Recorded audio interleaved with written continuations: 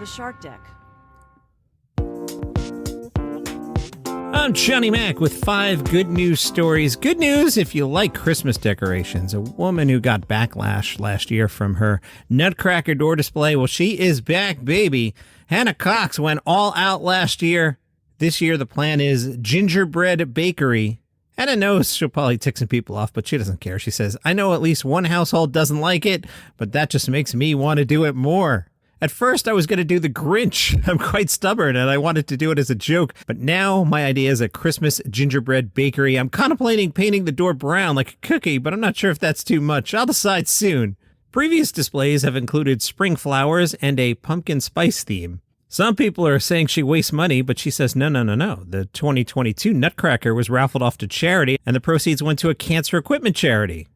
And all the old flowers got donated to children's craft clubs. It's all reusable, and she plans to reveal the new display very soon. Now, you're probably wondering, hey, Johnny Mac, what do I do with these jack-o'-lanterns? Halloween's over. What do I do with this? Sure, you can throw it away, or sure, you can let the squirrels eat it. That's what we usually do. But one classroom decided not to let theirs go to waste. Their teacher showed them how to grow a new plant from a decaying jack-o'-lantern. Eventually, fresh pumpkins began to grow on the vines. There's a TikTok that'll show you how to do this. You have to let the jack-o'-lantern decompose in a jar until it's all shriveled up. But wait long enough, maybe you get some pumpkins out of it.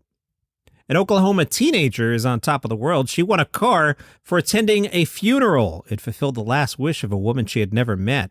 Gabriella said, every person that I've told about this said, oh my gosh, that's what I should do whenever I pass away. All right, what's the deal, Johnny Mac?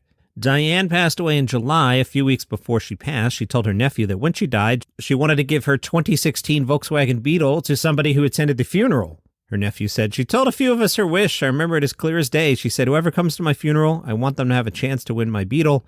She could have lived anywhere, driven any vehicle. What she cared about was her faith, her family, and her Volkswagen Beetle. She also loved Sonic and Burger King. I love that detail. We put it in the local paper. Her wish was that whoever comes to the funeral, and she didn't care if they knew her or not, would have a chance to win the car. The local news picked up the story and said it'll pack the funeral home, which it did. Gabriella said, I saw it on TV and we kind of laughed it off because we were like, that'd be so funny to go. Then I was like, can we actually go? So they went. The nephew said, the perfect winner was drawn. She was ecstatic and very grateful. I had a divine feeling from the start that the wish would be seen through one way or another. A young girl starting her life as Diane's was ending. It worked out perfectly. Hey, good news if you've been waiting since 1933 to take Joseph Conrad's Youth and 2 Other Stories out of the library. It's back if you want to go get it. The Larchmont Public Library shared this on Facebook and said, we recently received an interesting package sent here from Virginia. Inside, Joseph Conrad's Youth and 2 Other Stories was due back October 11th, 1933. Joni was going through her stepfather's belongings, found the book. Liam works at the library and said, we saw this book coming in so late, understatement, as an opportunity to kind of instruct our patrons as to what happens when they have something that's very overdue. Now you're wondering, what was the bill? I know you're wondering. The library charges a late fee of 20 cents for each day. All right, so let's see, 365 times 20 times 90. Anybody do the math on that? I didn't either. Good news, though, the fees are capped at $5. The library says, when a library book has not been returned after 30 days, it's considered lost and the patron is billed for the initial price of the book. However, when the book is returned, it reverts back to the maximum fine, which is $5, which makes me kind of think, oh, I could take out a book for 90 years for $5. That's a good deal. Hey, good news if you were hoping to play catch with Keanu Reeves, it could happen to you. Mr. Reeves was recently in Houston for a concert with his band Dogstar. 9-year-old Elijah waited outside the House of Blues in Houston.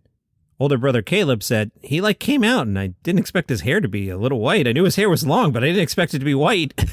Once they spotted the actor, they went up to him and got their autographs and signatures. After that, Elijah said, hey, you want to play catch? Reeves said, yeah, come on, let's go. They played catch until Elijah dropped a pass. I guess that's the deal. Like, all right, if you're not good at football, I'm leaving. I don't know how this worked. Elijah said, I was really nervous because I was playing catch with a famous superstar. He plans to keep the football forever and ever. And that's your 5 good news stories for today. Tell a friend about the show if you're enjoying this, and you can follow the show for free on Apple Podcasts or Spotify or YouTube, wherever you get your shows. You have a great day.